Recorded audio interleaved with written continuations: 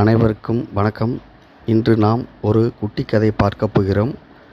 ஒரு ஒப்பந்தம் போடும் முன்பு நாம் எவ்வளவு எச்சரிக்கையாக இருக்க வேண்டும் என்பதற்கு இந்த நகைச்சுவையான குட்டி கதை நமக்கு பாடம் கூறுகிறது.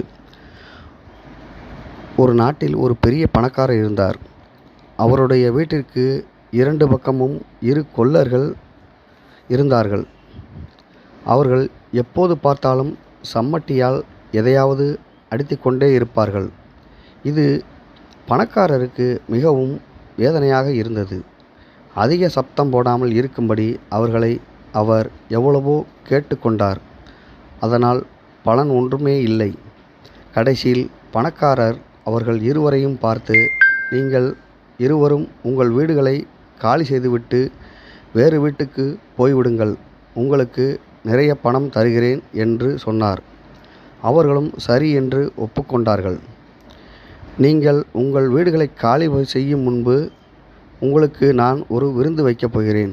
அதில் நீங்கள் இருவரும் கட்டாயம் கலந்து கொள்ள வேண்டும் என்று பணக்காரர் கேட்டுக்கொண்டார். சரி என்று அவர்கள் இசைந்தார்கள். பணக்காரர் நல்ல விருந்து அளித்தார். 2 கொல்லர்களும் வயிறு முட்ட சாப்பிட்டார்கள். கடைசியில் பணக்காரர் அவர்களை பார்த்து, நீங்கள் இருவரும் எங்கு குடி போகப் போகிறீர்கள், அதாவது எங்கு வீடு மாறி போகப் போகிறீர்கள் என்று கேட்டார்.